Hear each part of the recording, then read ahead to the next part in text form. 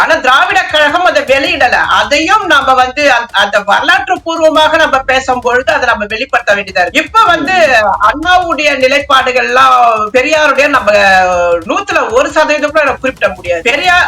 இவரு வந்து அண்ணா வந்து அந்த திராவிட நாடு இதழில் 1942 அந்த தொடர் ஏதுனான்னு சொல்லும் போது அதுல தெளிவா ஒரு விஷயம் என்ன சொல்றாருனாக்கா, இந்த விஷயத்தில் மட்டுமல்ல, செந்தில் பாலாஜி சில மாதங்களுக்கு முன்னாடி அரெஸ்ட் ஆகும் பொழுது அவர் அரெஸ்ட் ஆகி சிறைக்குள்ள இருக்காரு. சிறைக்குள்ளே அமைச்சரை வச்சிருந்து அவங்க அழகு பார்த்தவங்க அவங்க திமுக காரங்க. நான் திராவிட மாடல் ஆதரவு கிடையாது. நான் திராவிட இனக்குறியீடு இத வந்து அரசியல் ரீதியாக பெரியார் எப்படி அடையாளப்படுத்தினார் நான் திராவிட மாடல் ஆதரவு கிடையாது. இவர்கள் எல்லாம் திராவிட மாடல் ஆதரவாளர்கள். தோழர் ராமகிருஷ்ணன், கொளத்தூர்மணி, வீரமணி, அதால தான் இன்னைக்கு திமுக வாதிகள் மாதிரி மாறி இருக்கிறாங்க. இவர்கள் கருத்தியல்வாதிகளாக இல்ல. நீங்க சரியா இயக்க ஆரம்பிங்கன்னு சொல்றதா நான் இவ்வளவு தொடர்ந்து 5 வருடங்களுக்கு மேல இவர்கள் மீது விமர்சனம் வச்சிட்டு இருக்கேன்.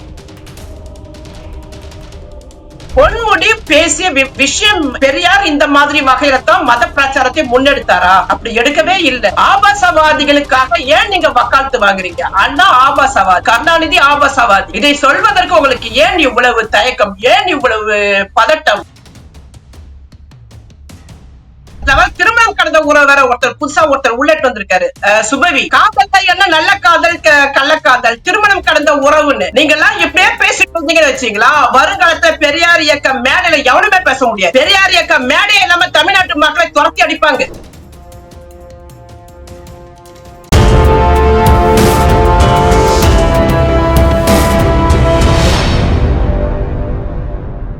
ஆனா திராவிட கழகம் அதை வெளியிடல. அதையும் நம்ம வந்து அந்த வரலாற்று பூர்வமாக நம்ம பேசும்பொழுது அதை நம்ம வெளிப்படுத்த வேண்டியதா இருக்கு. இப்ப வந்து அண்ணாவுடைய நிலைப்பாடுகள் எல்லாம் பெரியாருடைய நம்ம 100% கூட குறிப்பிட முடியாது. இவரு வந்து அண்ணா வந்து அந்த திராவிட நாடு இதழில் 1942 அந்த தொடர் ஏதுனான்னு சொல்லும் போது அதுல தெளிவா ஒரு விஷயம் என்ன சொல்றாருனாக்கா, அழகு என்பது வந்து ஒரு ஆபத்தான ஆயுதம்.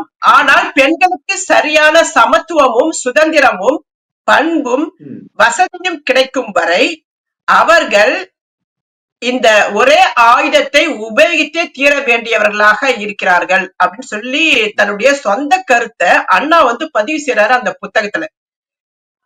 ஒரு அழகை வச்சு ஒரு பெண் அது தன்னுடைய ஆயுதமாக மாத்துறாங்கன்றது எவ்வளவு பிற்போக்குத்தனமான வாதம். இப்போ சங்கராச்சாரியார் சொன்னார் இல்லையா, வேலைக்கு போற பெண்கள் வந்து விபச்சாரிகள் சொல்லும் பொழுது இதே திராவிட கழகம் கொந்தளிச்சுது. திராவிட முன்னேற்ற கழகம் கூட எதிர் விமர்சனம் பண்ணிருக்கு. ஆனா இவரு அண்ணா இதையும் பேசியிருக்காரு என்றத இவங்களுக்கு மூடி மறைக்கிறாங்க. எதை இந்த மக்களுக்கிட்ட தெரிவிக்கணுமோன்னு. ஏன்னா இதெல்லாம் ஒரு காலகட்டத்தை இருந்த காலகட்டம் வந்து பார்க்கும் பொழுது இன்னைக்கு சமூக ஊடகங்கள்ல அன்றைய பிரதிகள் முதல்ல வாத பிரதிகள் தான் நடத்திட்டு இருந்தாங்க. இப்ப புத்தக பிரதியை வச்சே வந்து பேசுறாங்க. அப்ப திமுகவுக்கும் அது பெரிய நெருக்கடியா மாறுது, திராவிட கழகத்துக்கும் நெருக்கடியா மாறுது. திராவிட கழகம்னாக்கா பெரியார் பேசிய சில விஷயங்கள்ல இவங்க முரண்படுற எடுக்க எங்களை போன்ற ஆட்கள் எல்லாம் வந்து நீங்க முரண்படுறீங்கன்னு சொல்லி நம்ம காட்டி பேசும் பொழுது அப்ப அவங்களுக்கு அது நெருக்கடியா வருது.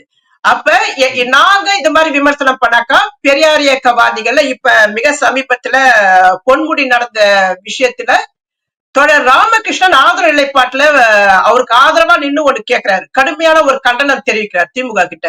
எப்படி நீங்க பொன்முடியை வந்து துணை செயலாளர் பதவியில இருந்து நீக்குவீங்க, ஆனா இன்னும் அமைச்சர் பதவியில இருந்து நீக்கல, இதுவே ஒரு கண் துடைப்பு நாடகத்தான். இவரு போற போக்குல அந்த ஆபாசத்தடம் பொருத்தி பார்த்தத பெரியார் இப்படி பேசுறதா அப்படின்ற மாதிரி பல விமர்சனம் பண்றதுக்கு பதில் கொடுக்க மறுத்து இந்த தோழர் ராமகிருஷ்ணன் பொன்முடிக்கு ஆதரவா பேசுறேன்னு சொல்லிட்டு, ஏன்னா அவருக்கு வந்து என்ன ஒரு பதட்டம் வந்துச்சுன்னா, நாம மேடைய போட்டு பேச இவரை அழைச்சு இதன் மூலயமா அவருக்கு வாய்ப்பு பறி போயிடுச்சுன்ற ஒரு பதட்டம் தான் வருதே தவிர இவர் என்னத்தை பேசி தொலைச்சாரு, இவர் பேசுற முறை மீதான விமர்சனம் அவருக்கு வரவே இல்லை. இதுதான் இன்றைய சமகாலத்துல இருக்க ஒரே பிரச்சனை. என்னன்னாக்கா கொளத்தூர் மணி அதான் செஞ்சாரு. சுபவி இருக்காரு இல்லையா, தமிழச்சி என்னால் பாதிக்கப்பட்டாரான்னு பேசுறாங்க. இவங்க எல்லாம் எங்க இருந்து வருதுனாக்கா இவர்கள் ஏதோ ஒரு இடத்துல இவர்கள் ஒரு ஆணாதிக்கவாதிகளாக இருக்காதான் நான் பாக்குறேன். இதை சொல்வதற்காக திரும்பவும் என்ன கைகூலி, நீலசங்கி, காவி சங்கி, தமிழ் சங்கின்னு என்ன பேர் விட்டாலும் நீங்க அழைச்சிங்க. ஆனா மக்கள் பார்த்துட்டு இருக்காங்க. நீங்க மக்கள் கிட்ட என்ன பேச போறீங்க? ஒரு நபர் சொல்றாரு, சைவத்துக்கும் வைணவத்துக்குமான விளக்கம் கொடுக்கும் பொழுது படுத்தாக்கா நின்னாக்கா மேட்ருக்கு எவ்வளவுன்னு பேசுறாருன்னா, இந்த மாதிரியா பகுத்தறிவு பிரச்சாரத்தை, இந்த மாதிரியான மத பிரச்சாரத்தை பெரியார் முன்னெடுத்தார். கடந்த 2 தினங்களாக பெரியார் 1929 சைனவ மாநாடு நடந்தப்ப என்ன நடந்தது, வைணவ மாநாடு நடந்தப்ப பெரியாருடைய எதிர்வினைகள் என்ன நடந்ததுன்னு தேதி, நாலு, மாதம் வழியாக போட வேண்டிய பொறுப்புணர்வு நான் பேசிட்டு இருக்கேன். நீங்க பெரியார் பேசிய மத பிரச்சாரத்தை நீங்க முன்னெடுக்கணுமே தவிர, பொன்முடி பேசிய மத பிரச்சாரத்தை முன்னெடுக்கிறீங்களா? நீங்கள் அவர்கள் பெண்களை இழிவுபடுத்துறாங்க. ஃபர்ஸ்ட் சப்ஜெக்ட் பெரியார் பெண்களை இழிவுபடுத்தும்படி ஏதோ ஒரு இடத்துல ஒரு வார்த்தை யூஸ் பண்ணாலும் பெரிய காவி சங்கிகளால கூட காட்ட முடியாது, தமிழ் சங்கிகளாலும் காட்ட முடியாது. அப்படி இருக்கும் பொழுது இன்று கருப்பு சங்கிகளா இவர்கள் மாறிட்டு வர்றாங்கன்றத நான் பேச வேண்டியதா இருக்கு. இது ஆபத்தான அரசியல். இதை நான் சொல்லி திரும்ப திரும்ப தோழர்களுக்கு நான் எச்சரிப்படுத்துறேன். சரியான நபர்களுக்கு வாய்ப்பு கொடுங்க, சரியான நபர்களை பேச வைங்க. இவர் பொன்முடி மேல ஏகப்பட்ட குற்றச்சாட்டு இருக்கு. அவரு ஊழல் மீதான ஒரு குற்றச்சாட்டு சென்ற ஒரு சில மாதங்களுக்கு முன்பு பேசும் பொழுது, ஓசில போறவங்க தானே நீங்கன்னு சொல்லி டபுள் மீனிங்ல அதே பெண்களை கேள்வி கேட்டார். இதே பொன்முடி மாதல விமர்சனம் எப்படி வரும்னாக்கா, அவரு இயல்புல பெண்கள் கிட்ட வாடி போடின்னு ஒருமையில பேசுற நிலைப்பாட்டுல தான் இருந்திருக்காரு. அதனுடைய பிரதிபலிப்பு தான் மேடை பேச்சுல. அவர்களுக்கு கிளுகிளுப்பு கதைகள் பேச பிடிச்சிருக்கு. அப்ப உன்னுடைய வீட்டுக்குள்ள, உனக்குள்ள, உன் நண்பருக்குள்ள பேசிக் கொண்டிருந்த ஒரு விஷயத்த நாங்க முற்போக்கா பேசணும்னு சொல்லிட்டு ஒரு மேடையில நீ பேச முடியாது. அதுவும் பொறுக்கி மாதிரி பெரியார் மேடையில பேசுறதுக்கான உடனடியாக எதிர்வினை அங்க நடத்திருக்கணும் ஒரு தோழர் ராமகிருஷ்ணன். அதை ஏன் நடத்தல? இதையெல்லாம் செய்யாம அவர் தொடர்ந்து கதை கட்டி விட்டுருக்காரு. நானும் ஒரு பெரியார் இயக்கத்துல இருந்து அதுல இருந்த நாங்க இதை பண்ணோம், நாங்க காசு வாங்கிட்டு இது பண்ணோம்னா, பெரியார் எப்போதுமே பகுத்தறிவு பிரச்சாரத்துக்கு காசு வாங்கவே கட்டணம் வாங்கவே இல்லையே. அப்ப இந்த அளவுக்கு 1980 இருந்து ரொம்ப மோசமாக இந்த நடவடிக்கை முன்னெடுக்க ஆரம்பித்தது திராவிட கழகம் பண தேவைக்காக வசூலிக்க ஆரம்பிச்சது. இதையெல்லாம் ரொம்ப மோசமான நிலைப்பாட்டுக்குள்ள போகுது. அதே மாதிரி தலைமை கழக அறிவிப்புன்னு சொல்லிட்டு மு.க. ஸ்டாலின் தரப்புல இருந்து வந்த அறிவிப்பு என்னன்னா, கழக துணை பொதுச் செயலாளர் க. பொன்முடி அவர்கள் அவர் வகித்து வரும் துணை பொதுச் செயலாளர் பொறுப்பில் இருந்து விடுவிக்கப்படுகிறார். அண்ணா அறிவாலயம் சென்னை போட்டு 4/11/2025 அதோட முடிச்சிட்டாரு. ஒரு 2 வரி அவ்வளவுதான். அவருக்கு அமைச்சர் பதவின்னு ஒண்ணு இருந்தது, அதுல இருந்து நீக்கல. அப்ப இந்த கருத்துடைப்பு நாடகம் எங்க இருந்து உருவாகுதுனாக்கா, ஏப்ரல் 6ஆம் தேதி ஒரு பேசுற விஷயம் ஏப்ரல் 11 இந்த விஷயத்துல மட்டுமல்ல, செந்தில் பாலாஜி சில மாதங்களுக்கு முன்னாட அரெஸ்ட் ஆகும் பொழுது அவர் அரெஸ்ட் ஆகி சிறைக்குள்ள இருக்காரு. சிறைக்குள்ளே அமைச்சரை வச்சிருந்து அவங்க அழகு பார்த்தவங்க அவங்க திமுக காரங்க. அப்புறம் அழுத்தங்கள் தாங்காம அது அதுல இருந்து அமைச்சர் பதவி வெளியிட்டாங்க. அவர் விடுதலையான ஒரு 2 நாள்லயே அவர் மறுபடியும் ஒரு அமைச்சராக இன்னைக்கு அமைச்சரா தானே இருக்காரு. இதெல்லாம் திராவிட மாடலுங்க. இதெல்லாம் திராவிட மாடல். இதான் நடக்குது. நான் திராவிட மாடல் ஆதரவு கிடையாது. நான் திராவிட இனக்குறியீடு இத அரசியல் ரீதியாக பெரியார் எப்படி அடையாளப்படுத்தினார்ன்றதோட நான் திராவிட மாடல் ஆதரவு கிடையாது. இவர்கள் எல்லாம் திராவிட மாடல் ஆதரவாளர்கள். தோழர் ராமகிருஷ்ணன், கொளத்தூர்மணி, வீரமணி, அதாலதான் இன்னைக்கு திமுகவாதிகள் மாதிரி மாறி இருக்கிறாங்க. இவர்கள் கருத்தியல்வாதிகளாக இல்ல. நீங்க சரியா இயங்க ஆரம்பிகள் சொல்றதா நான் இவ்வளவு தொடர்ந்து 5 வருடங்களுக்கு மேல இவர்கள் மீது விமர்சனம் வச்சிட்டு இருக்கேன். ஒரு விஷயம் பாத்தீங்கன்னா, பொன்முடி இப்படி பேசாரா?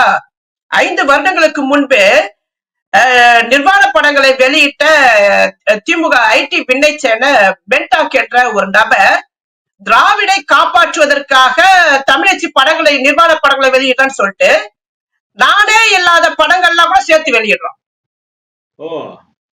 அப்ப திராவிட காப்பாற்றுறதுக்குலாம் உங்க நிர்வாண படங்கள்லாம் வெளியிடுவாங்க. திராவிடத்தை காப்பாற்றுவதற்காக விபச்சார கதைகள் எல்லாம் பேசுவாங்களா? திராவிடத்தை காப்பாற்றுவதற்காக பெண்களை இழிவுபடுத்துவாங்களா? அந்த திராவிட நாடுல ஆண்கள் மட்டும் தான் இருக்காங்களா? அந்த திராவிட நாட்டில் பெண்கள் இல்லையா? அப்ப பெண்களை நீங்க கண்ணியமாக நடத்த மாட்டீங்களா? அப்ப கடமை, கண்ணியம், கட்டுப்பாடு என்பதெல்லாம் என்ன உங்களுக்கு வெற்றி சொல்லா? உங்களுக்கு பொறிக்க தூண்டுறதுக்கு ஓட்டு பேட்புவாதிகளாக நீங்க திரிவதற்கு, மைனர்களாக சுற்றுவதற்கு நீங்க பெண்களை இவ்வளவு கேவலமா பேசுவீங்களா?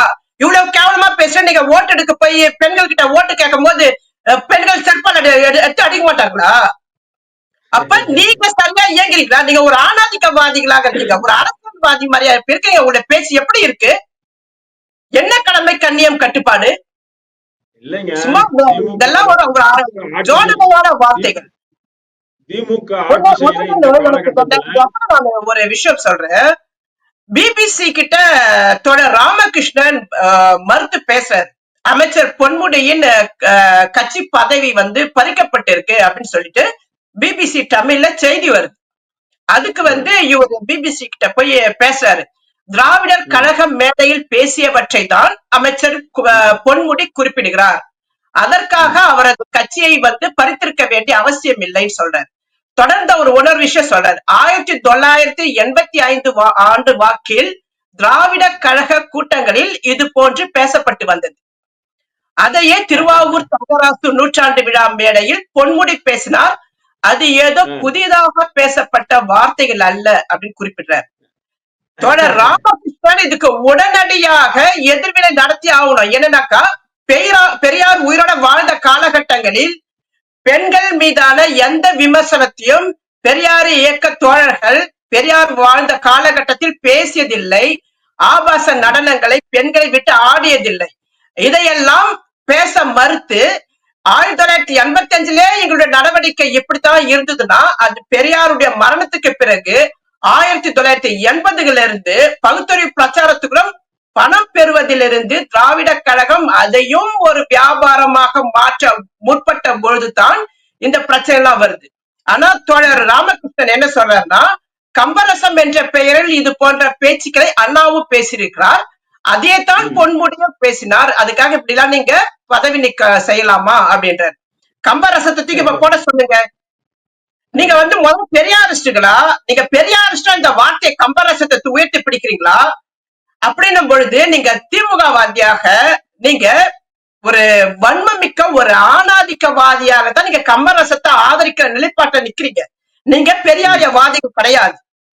நீங்க எல்லாம் பெண்ணியவாதி, பெண்ணியத்துக்கு ஆதரவாக பேசுறோம், பெண் விடுதலைக்காக குரல் கொடுக்கிறேன்னு சொல்லிட்டு குளத்திருமணி எடுத்துங்க. என்ன பண்ணாரு? பாலியல் குற்றவாளிகளுக்கு ஆதரவாக நின்று செயல்படுறாங்க. அது பாலியல் குற்றவாளி அவன் தெரிஞ்சு வெளிப்படையாகவே பெரியார் சரணுக்கு ஆதரவாக பேசுறதுக்கு நிறைய விஷயங்களை மறைச்சிட்டு குளத்திருமணி செய்யறாரு. இதை நாங்க வந்து சட்ட ரீதியாக அவருடைய அரசியல் ரீதியாகவும் அவர் அம்பலப்படுத்த எனக்கு வேற சில வாய்ப்புகள் இருக்கு. ஆனா தோழர் ராமகிருஷ்ணன் இந்த பெரியார் சரண் விவகாரத்துல சரியான நிலைப்பாடு எடுத்தவர். அவர் என்ன சொல்றாருன்னா, தாப்பேத்திக மேடையில இனி பெரியார் சரணை விடக்கூடாது, நாம நினைக்கிறத விட ரொம்ப ஆபத்தானவன்னு தோழர்கிட்ட பேசியிருக்காரு. அப்படிப்பட்ட தோழர் ராமகிருஷ்ணன் லூலு விவகாரத்துல மிக சரியாக நடந்திருக்காரு, சரியாக பேசியிருக்காரு தோழர்கிட்ட.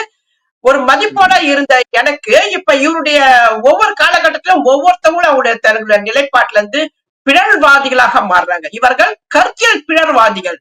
உங்களுக்கு பொன்முடியை காப்பாற்ற வேண்டிய அவசியம் என்ன இருக்கு?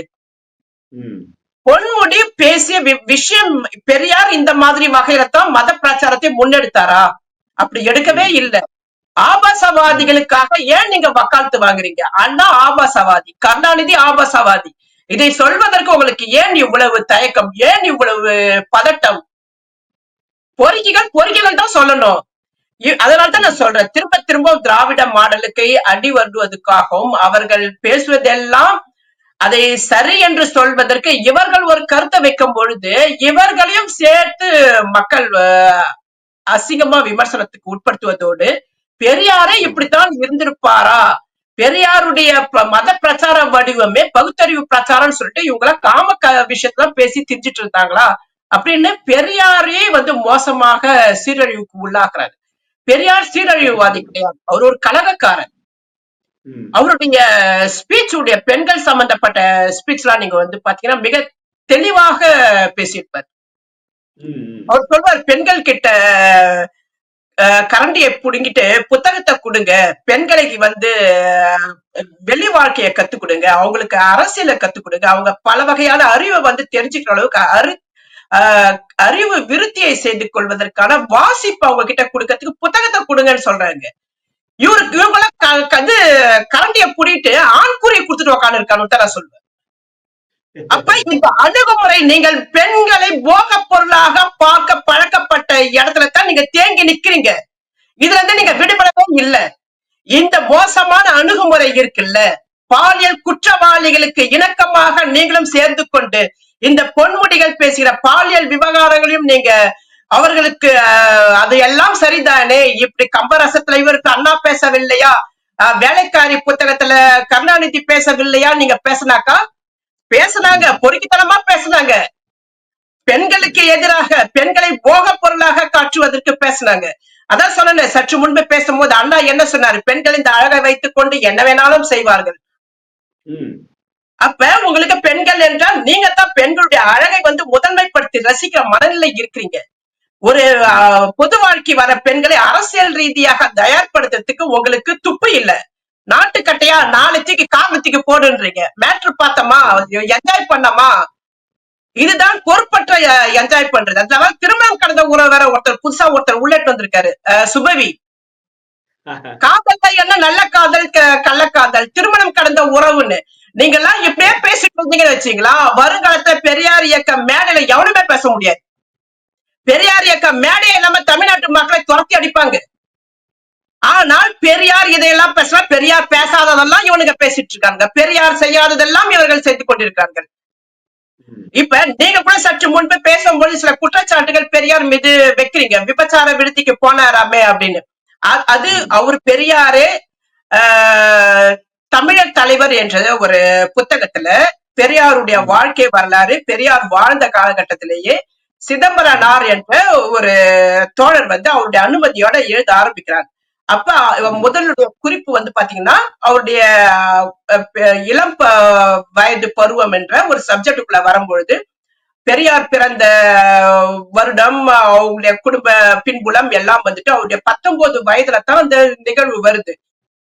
நான் வந்து காவேரி கரையில வந்து என்னுடைய நண்பர்களோட இருக்கும்போது சில விபச்சார பெண்களை நான் அவர்களோட நாங்க இருந்திருக்கோம். ஏன்னா அன்றைய காலகட்டங்கள்ல அது இருந்தது. அந்த முறை வந்து வழக்கத்தில் இருந்த அன்றைய காலகட்டங்கள்ல கோவில்கள்ல விபச்சாரமாக பெண்கள் வந்து இது இருந்தாங்க. அப்படி ஆனா இந்த வந்து இன்றைய காலகட்டம் மக்களுக்கு வந்து அது உள்வாங்க முடியாது, இளைஞர்களுக்கு உள்வாங்க முடியாது. அந்த காலகட்டத்துல அப்படி இருந்தது. அதை ஒத்துக்கின பெரியார் 1925க்கு பிறகு அவர் அரசியல் ரீதியாக வர ஆரம்பிக்கும் பொழுது அவருடைய நிலைப்பாடுகள்லாம் மாறிட்டே வருது. அதுக்கு பிறகு அவர் எந்த கையாடத்திலும் வந்து அந்த அப்படியான ஒரு நிகழ்வுல கலந்துக்கிறதே இல்லை. எங்கேயுமே அப்படி ஒரு குத்தாட்டம் எதுவுமே போட்டதும் கிடையாது. அவர் என்ஜாய் அந்த மாதிரியான விஷயங்களை வந்து கடுமையாக விமர்சனம் பண்ணி தன்னுடைய நிலைப்பாட்டை மாத்திக்கிட்டு பேச ஆரம்பிச்சார். இப்போ புத்தனுக்கு அரண்மனையில இருக்கும் பொழுது மற்ற அவருடைய துறவியாக போகக்கூடாதுன்னு சொல்லிட்டு புத்தருடைய அப்பா அந்த இளம் பெண்களோட அவரை வந்து அந்த நிலைப்பாட்டிலேயே அந்த காம சம்பளத்திலேயே இருக்க வைத்தார். அவருடைய ஒரு காலகட்டத்துல அதன் மேலே அவருக்கு ஒரு வெறுப்பு வந்து அதுல இருந்து விலகி அவரு தன்னுடைய ஒவ்வொரு காலகட்டத்துல மனிதர்கள் அதே மாதிரி சாவறதுக்கும் இல்ல, ஒவ்வொரு காலகட்டத்துல வேற வேற மாதிரி அவங்களுடைய நிலைப்பாடுகள் மாறுது. அப்படிதான் புத்தருக்கும் நடந்திருக்கு, அதுதான் பெரியாரும் நடந்திருக்கு. பெரியாரும் அது தெளிவா சொல்லப்படுறார். அதே பெரியார் தான் பிற்காலத்துல வந்து தன்னுடைய தங்கைக்கு விதவையான தங்கைக்கு மறுமணம் செய்யணும்னு சொல்லிட்டு வீட்டை எதிர்த்துட்டு போராட்ட கிளம்புறாரு. அதே மாதிரி கேரளாவுக்கு போகும்போது தன்னுடைய மனைவி அழைச்சிக்கிட்டு போராட்டத்துக்கு போறாரு. அந்த காலகட்டத்தெல்லாம் வந்து போராட்டத்தெல்லாம் பெண்கள் எல்லாம் வரமாட்டாங்க. அப்படி எல்லா வகையிலும் தன் குடும்ப பெண்களை வந்து ஊக்குவிக்க முற்பட்டார். அப்ப கள்ளுக்கடை மறியல் போராட்டம் வரும் பொழுது காந்தி கிட்ட போய் முறையிடுறாங்க, அதை வந்து நிறுத்த சொல்லுங்க பொழுது காந்தி சொல்றாரு, தமிழ்நாட்டுல 2 பெண்கள் கையில தான் அந்த போராட்டத்தை நிறுத்தக்கூடாதான்னு இருக்கு. ஏன்னா அந்த தலைமையை தாங்கி நடத்துறவர் நாகையம்மையார் என்ற ஒரு பெண் அப்படின்னு பேசுறாங்க. அப்ப நம்ம எல்லாருமே பிறக்கும் பொழுது நான் உட்பட நீங்க உட்பட 100% சரியான நல்லவர்கள் நல்ல மனிதர்கள் என்று யாருமே இல்லை. ஆனா தன்னுடைய தவறை உணர்வதும் தன்னை புதுப்பித்துக் கொள்வதும் பொது வாழ்க்கைக்கு வந்து இயங்கியல் ஒரு அரசியலாக மக்களுக்காக பேச ஆரம்பிக்கும் பொழுது பொது ஒழுக்கம் இருக்கணும்னு சொல்லி பேசி வலியுறுத்தியவர் பெரியார். அந்த பொது வழக்கம் இந்த பொறிகிட்ட இருக்கா, இந்த திமுக காரங்க கிட்ட இருக்கா, அமைச்சர்கள்கிட்ட இருக்கா? அப்ப பெரும் செல்வந்தராக மாறி பணம் கொழுத்து அந்த கொடுக்கிற பணம் எல்லாம் இன்னும் அதிகப்படுத்தணும்னாக்கா தங்களுக்கு அரசியல் அதிகாரம் வேண்டும் என்று இந்த தமிழக அரசியலில் பயணித்துக் கொண்டிருப்பவர்கள் திராவிடத்தின் பெயரால் அதை நியாயப்படுத்திக் கொண்டு தொடர்ந்து எங்களுக்கு வாய்ப்பு கொடுங்க, நாங்க மட்டும்தான் இந்த அரசாட்சி முறையில இருப்போம், இது ஜனநாயக முறை கிடையாது, இது திராவிட மாடல் ஆட்சி முறைனாக்கா இந்த திராவிட மாடல்ல என்ன நடந்து கொண்டிருக்கிறது? மலம் கலக்குறீங்க, தலித் இளைஞன் கை வெட்டப்படுகிறான். அப்ப இந்த மாதிரியான குற்றச்சாட்டுகள்லாம் வரும்போது மிக சமீபத்துல இப்ப கூட சில தினங்களுக்கு முன்பு ஒரு பெண் வந்து மாதவிடாய் காரணமாக அந்த வகுப்பறையில இருந்து வெளியே தள்ளி உட்கார வச்சு தனியாக பரீட்சை விட்டிருக்காங்க. அதை வந்து அவங்க அம்மா வந்து படம் எடுத்து சமூக ஊடகங்கள்ல அதை கேள்வி எழுப்புறாங்க. அதை வந்து கனிமொழி வந்து கண்டிக்கிறாங்க. கண்டிச்சு மாதவிடாய் வந்து ஒரு அறிவியல் பூர்வமா அணுகுங்க, இத வந்து தமிழக அரசு வந்து இந்த தனியார் நிறுவனத்தை விட தலையிட்டு இதை வந்து கண்டனத்துக்கு உட்பட்ட கடுமையா கண்டனம் பண்றாங்க. இப்ப இதே மாதவிடாய் விவகாரம் வரும்போது பாத்தீங்கன்னா கருணாநிதி விஷயத்தை எடுத்துங்க. மதுரையில பொது ஒரு பெரிய கூட்டம் ஒண்ணு நடக்குது, அதுல பேசுறதுக்கு இந்திரா காந்தி வராங்க. அங்க வந்து ஒரு போராட்டத்துல வந்து திராவிட முன்னேற்ற கழகம் இறங்கி அவங்க மேல வந்து கல் வீசும் பொழுது கல்லடி படுறது, இந்திரா காந்திக்கு நெத்தில இருந்து ரத்தம் ஒழுகுது. அதை குறித்து எதிர்கட்சியாக இருந்த அன்றைய காலகட்டத்துல கருணாநிதி கிட்ட கேட்கும் பொழுது இந்திரா காந்திக்கு மாதவிலக்கு ஏற்பட்டிருக்கலான்னு, நெத்தில இருந்த மாதவிலக்கு வருது. இப்போ கனிமொழிக்கு தெரியும், எனக்கு தெரியும், அந்த மாணவிக்கு தெரியும் இது மாதவிலக்கு எங்கிருந்து வருதுன்னு.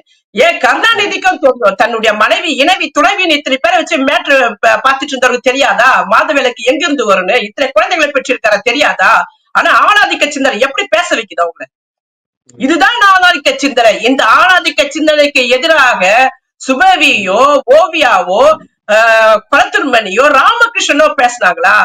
அதை அப்படியே கண்டும் காணாமல் விடுவோம் விட்டு விட்டு போனதோட விளைவுகள் தான் இன்றைய காலகட்டத்திலும் கூட பொன்முடி போன்றவர்கள் பேசிக் கொண்டிருக்கிறார்கள். இவர்களுக்கு வக்காலத்து வாங்கி கொண்டிருக்கிறார்கள். இன்றைய காலகட்டம் இது சமூக ஊடகம் என்பதை இந்த பெரியாரியவாதிகள் நினைவுல நிறுத்தணும்.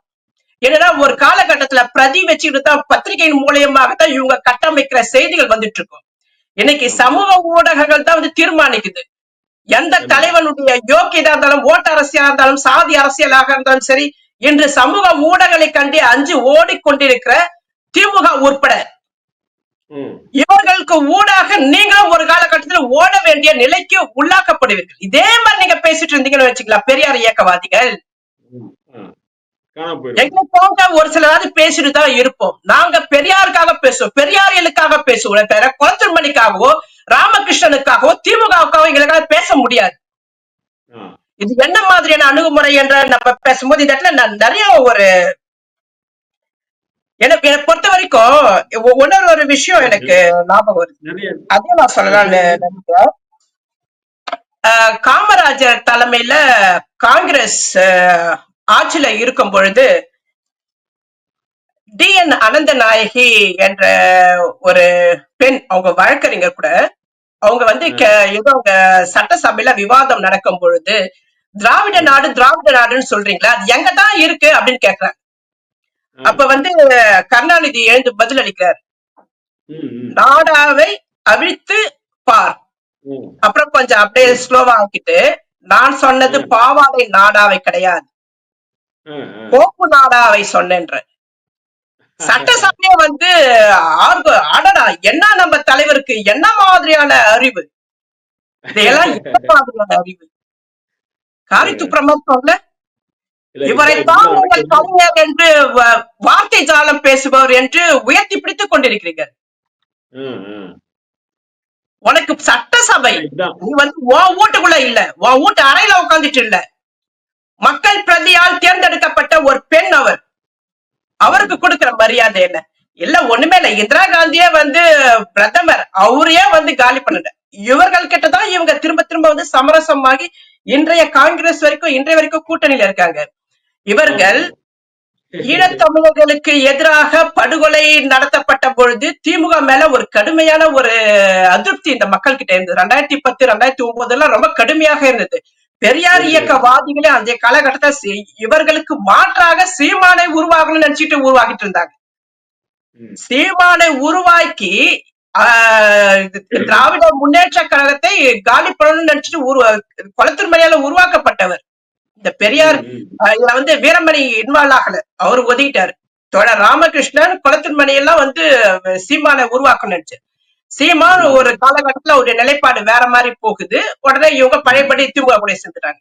இதை இடையில ஒரு 10 வருடம் 15 வருடம் போயிடுச்சு பாருங்க. எல்லாருமே ஈழ பிரச்சனை எல்லாத்தையுமே பார்த்துட்டாங்க. இப்ப பாத்தீங்கன்னா பெரியார் இயக்கங்கள் திமுக ஆதரிக்குது. இதே திமுக காங்கிரஸ் கூட கூட்டணியில இருக்கு. அப்ப இவர்கள் ஒன்றை சார்ந்து இருக்கிறார்கள். நீங்க என்ன இதுதான் திராவிட மாடலா? அப்ப அறிவார்த்த மனிதன் சிந்திக்கணும்ல. பகுத்தறிவு எங்க இருக்கு? பெரியார் கொள்கையில இல்ல. ஒவ்வொரு மனுஷன்கிட்டயும் பகுத்தறிவு இருக்கு, அவன் யோசிப்பான். அப்ப நீங்க தான் போய் பிஜேபி கிட்ட போய் கூட்டணி வச்சீங்க. யாரு எச் ராஜா எப்படி எம்எல்ஏ வானாரு? எச் ராஜாவுக்கு எம்எல்ஏ பதவி தமிழ்நாட்டுல எப்படி கிடைச்சது? இதே திமுக போய் கூட்டணியில வச்சுதானே. அப்ப இதே திமுகவை நீங்க தொடர்ந்து ஏதோ ஒரு காலகட்டத்துல ஆதரிச்சுக்கிட்டே இருக்கீங்கன்னா நீங்க யாருக்காக வேலை செஞ்சுட்டு இருக்கீங்க? அப்ப இந்த கேள்வியை தான் தமிழ் தேசியவாதிகள் கேட்கிறாங்க.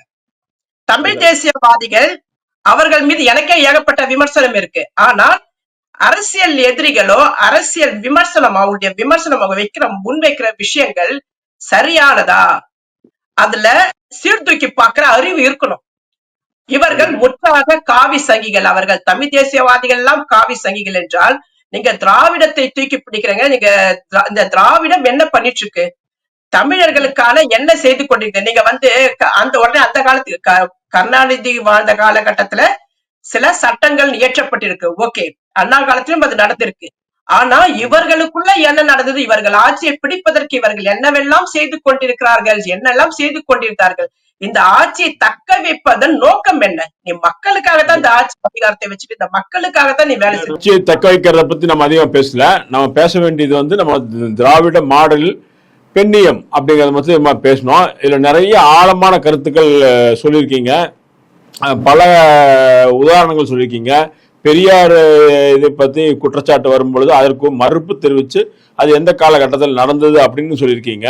அதுக்கு பின்னர் அண்ணா எப்படி இருந்தாரு, கருணாநிதி எப்படி இருந்தாரு, இப்ப இருக்கிற பொன்முடி வரைக்கும் அந்த இதையை நம்ம விவாதிச்சோம். அது இல்லாம திராவிட கழகங்கள் இப்ப இன்னைக்கு வழி நடத்தி கொண்டிருக்கிற சில தலைவர்கள் என்று சொல்லிக் கொண்டிருக்கிறவர்கள் எப்படி நடக்கிறாங்க அப்படிங்கறதெல்லாம் இன்னைக்கு நம்ம விவாதிச்சோம்.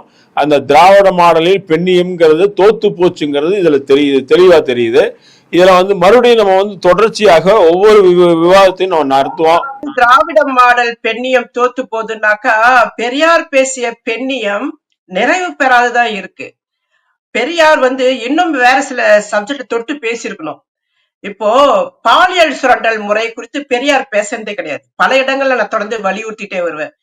இவர்கள் தமிழ்நாட்டில் இருப்பவர்கள் பெரியாரியவாதிகள் என்ன சொல்லுவாங்கனாக்கா, பெரியார் பேசிய பெண் விடுதலை மிக சிறப்பானது. நீங்க பெண் ஏன் அடிமையானால் என்ற புத்தகத்தை வாசிங்க, அதுல எல்லாமே உங்களுக்கு புரியும் அப்படின்வாங்க. எல்லாமே இருக்குன்னுவாங்க. அதுல போதாமை இருக்குன்னு நான் தொடர்ந்து சொல்லிட்டு இருக்கேன். பெரியார் ஒரு பெண் ஆளுமையாக எப்படி தன்னை வளர்த்தெடுக்கணுன்றத பத்தி எல்லாம் பேசியிருக்காரு. வருங்காலத்துல பெண்கள் எப்படி இருக்காங்க பேசியிருக்காரு. ஆனா பாலியல் சுரண்டல் முறை குறித்து பேசுறதால இந்த பெரியார்ஸுக்கெல்லாம் நிலை தடுமாறி குழம்பி போய் ஒரு ஆணும் ஒரு பெண்ணும் தங்களுக்குள்ள ஒரு பாலியல் தொடர்பு இருந்தா அது அவங்க தனிப்பட்ட விவகாரம் அப்படின்னு சொல்ல பழகியிருக்காங்க. என்னன்னா அந்த ஆணுக்கும் திருமணம் ஆயிருக்கும், இந்த பெண்ணுக்கும் திருமணம் ஆயிருக்கும். அல்லது திருமணமாகாத பெண்ணை ஏற்கனவே ஒரு திருமணமான ஆண் தன் மனைவிக்கு தெரியாம ஒரு பாலியல் தொடர்பு ஏற்படுத்தினா கூட அது தனிப்பட்ட விவகாரம் சொல்லுவாங்க. அப்ப பிரச்சனை எங்க இருக்கு? இந்த நிலைப்பாட்டுல தான் நீங்க கிட்டத்தட்ட 30 வருஷமா இயங்கிட்டு இருக்கீங்க. 1950ல இருந்து இந்த நிலைப்பாட்டு தான் போயிட்டு இருக்கு. எனக்கு ஒரே ஒரு கேள்விதான் எனக்கு இருக்கு அக்னி. இப்போ நம்ம இது தொடர்ந்து நம்ம நிறைய விஷயம் பேசினா கூட நீங்களும் தங்கராசு நேர்ல பார்த்துதான் சொல்லியிருக்கீங்க. அவரு 2014 தான் அவருடைய மரணம் நடக்குது. ஆனா ஏதோ ஒரு வகையில இந்த தோழர் கூட ஒரு திமுகவுடைய ஆதரவாளர் தான் நிற்கிறார். பெரும்பான்மையான பெரியாரியவாதிகள் இன்றைய காலகட்டத்திலையும் திமுக ஆதரவு நிலைப்பாட்டுல இருக்கிறதால இவங்க கருத்து பின்னுக்கு தள்ளப்பட்டு, பெரியாரியல் பின்னுக்கு தள்ளப்பட்டு இவர்கள் கட்சிக்கு ஆதரவு நிலைப்பாட்டுல நிற்கும் பொழுது இவர்கள் இந்த சமகால அரசியலை எப்படி பேசுவது, எப்படி விவாதத்துக்கு உட்படுத்துவது அப்படின்னு ரொம்ப ஒரு தள்ளாட்ட முறையில இருக்காங்க. ஒண்ணுமே இல்ல, தலைமைகளே இந்த விஷயத்த சைவம் வைணவம் பொன்முடி பேசிய விவகாரம் இப்படி அணுகி இருக்க கூடாது. இது இந்த மாதிரியான அணுகுமுறையில பெரியார் பேசியது கிடையாதுன்னு சொல்லி தோழர் ராமகிருஷ்ணன் பேசியிருக்கணும். அதுக்கு வக்காலத்து வாங்குறாரு. அந்த அண்ணா பேசலையா, கருணாநிதி பேசலையா, ஆமா அவங்களாம் பொறுக்கித்தனமா பேசினாங்க. அதெல்லாம் நீங்க 1980 சமூக ஊடகங்கள் இல்ல, இன்னைக்கு சமூக ஊடகம் இருக்கு. திராவிட மாடல் பெண்ணியம்ங்கிற நிகழ்ச்சி, இந்த நிகழ்ச்சியில தமிழச்சி அவர்கள் புட்டு வைத்தவர்கள் இதைதான் எதிர்பார்த்தோம் நம்ம. ஏன்னா திராவிட கருத்தியல் ரீதியாக அவர்கள் அத்தனை புத்தகங்களையும் அத்தனை தலைவர்களுடையும் முற்போக்கு சிந்தனையுடைய அந்த தலைவர்கள் அவர்கள் எல்லாம் என்ன மாதிரி இருந்தாங்க அப்படிங்கறதெல்லாம் இவர்கள் படித்து அந்த வரலாற்றை தெளிவாக தெரிந்தவர்கள். ஒரு பக்க சார்பற்ற பேசுவாங்க அப்படிங்கிற ஒரு இதுலதான் அவர்களை அழைச்சிருந்தோம். அதே மாதிரிதான் பேசினாங்க. அறிஞர் அண்ணா என்ன பண்ணாரு, பெரியார் எப்படி இருந்தாரு, பெரியாரோட முற்போக்கு எப்படி இருந்தது, பெண்ணியம் எப்படி இருந்ததுன்னு சொல்லியிருக்காரு. நம்ம குற்றச்சாட்டுகளை பெரியார் மேல் வைத்தும் போதும் கூட அது அந்த மாதிரி சிலது அந்த காலத்திற்கேற்ப அது நடந்தது அப்படிங்கறது குறிப்பா சொல்லியிருக்காங்க. அது போல கலைஞர் கருணாநிதி அவர்கள் அந்த மாதிரி நடந்து கொண்டார் அப்படிங்கறதெல்லாம் பல உதாரணங்கள், சும்மா மேலோட்டமா சொல்ல உதாரணங்களோட சொல்லியிருக்காரு. கவிஞர் வனவாசம் எழுதின கண்ணதாசன் வனவாசம்ங்கிற புத்தகத்துல அதுல என்னென்ன குறிப்புகள் இருந்தது, எப்படி எழுதியிருக்காரு, அவர் எந்த மாதிரி கருணாநிதி இருந்தார் அப்படிங்கறதெல்லாம் கோடிட்டு பல நிகழ்ச்சிகளை காமிச்சு திராவிட மாடலில் பெண்ணியம்ங்கிறது தோற்று விட்டது அப்படின்னு நம்ம சொல்லும் பொழுது அது தோற்று விட்டுன்னு சொல்ல வேண்டியதில்லை, இவர்களெல்லாம் சேர்ந்து தோக்கடிச்சார்கள் அப்படிங்கிற மாதிரி ஒரு இதான் கொண்டு வந்திருக்காங்க. தமிழச்சி, இந்த மாதிரி நீங்க பல நிகழ்ச்சிகளில் கலந்துக்கணும். தொடர்ந்து உங்களோட அடுத்த நிகழ்ச்சியை நம்ம சந்திப்போம். வணக்கம். நன்றி. வணக்கம்.